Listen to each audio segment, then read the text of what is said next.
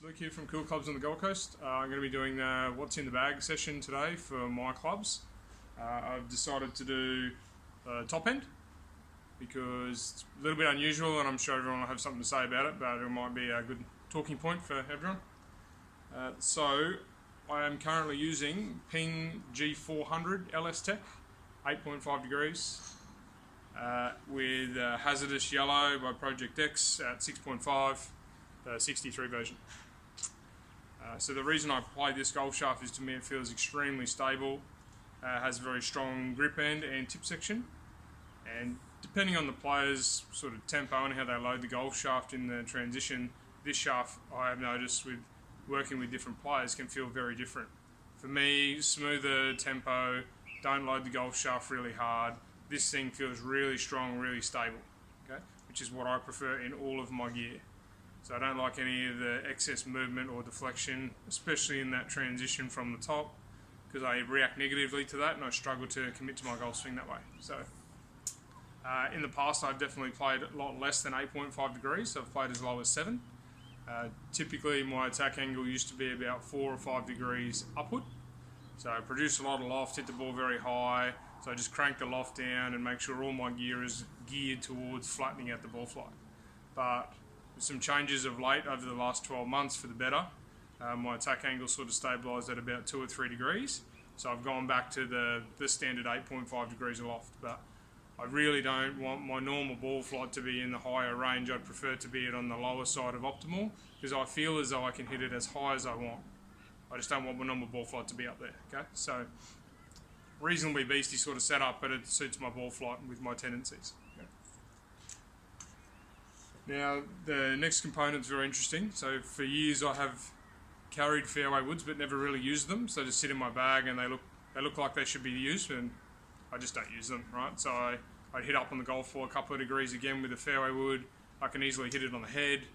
And then because I hit up on it and produce a lot of loft, I end up hitting the ball so high that I need like 13 degree fairway wood. So in that situation, I would never use that product because it would go too far for what I really need it for.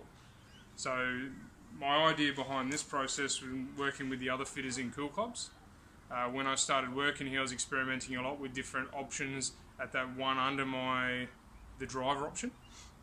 So we've actually come up with a utility iron from PXG, and it's a 1 iron in the 0311X. Okay, so for me, as I mentioned, the fairway wood, I hit up on it, I can hit it thin, I hit it squirted out low, contact's not so good. It was actually a shaft length issue. So when I went back to, well, this 1 iron is built at standard 2 iron length. My attack angle stays at about 0 and even slightly downward, which means my contact is far more efficient off the ground compared to any fairway wood I've ever had. Right? So at 16 degrees with good contact, this goes as far as I need it to go for my other option other than driver. I can hit it 230 to 240 metres, and that's plenty.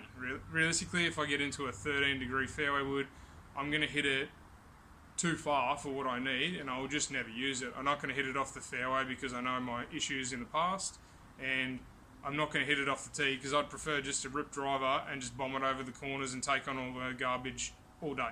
It's just how I play, and it's fun. Right? So this PXG head feels nice and soft. It's reasonably forgiving sole grind. I feel like it's easy to hit off the deck. I can still hit it reasonably high too if I need to. So I have steel fibre 110, right, which for me, once again, it's very stable sort of feeling golf shaft. Originally I had an X7 dynamic gold in here, which is very heavy, very strong, and similar profile to the driver shaft. What actually happened was hitting the X7 in the 1 iron compared to what I had the X7 in my 3 iron, I hit it no further. So I launched it lower, I spin it less, and then the 1 iron actually landed shorter than the 3 iron, finished in the same position. So we did some experimenting with golf shafts, and then a slightly lighter profile, lighter weight, with a similar sort of bend profile, nice and stable structure. Just allowed me to increase my club head speed slightly, launch the ball a little higher, and then all of a sudden I had a 20 metre difference between the 3 iron and the 1 iron combo. So it actually works really good, and I use this far more than any other fairway that I've ever owned. So very unusual, but it works for me. So that's what we do. We test stuff for people and we find out what's really going to work for you. Not everyone carries driver and 3 wood and 3 iron to lob wedge. So you've got to make sure that everything that's in your golf bag has a purpose and it's going to work, and we can try that and we can exhaust all options to find out what really needs to go in there. So no more fairway woods for me. Maybe a 1 iron forever. Cool. Thanks, guys.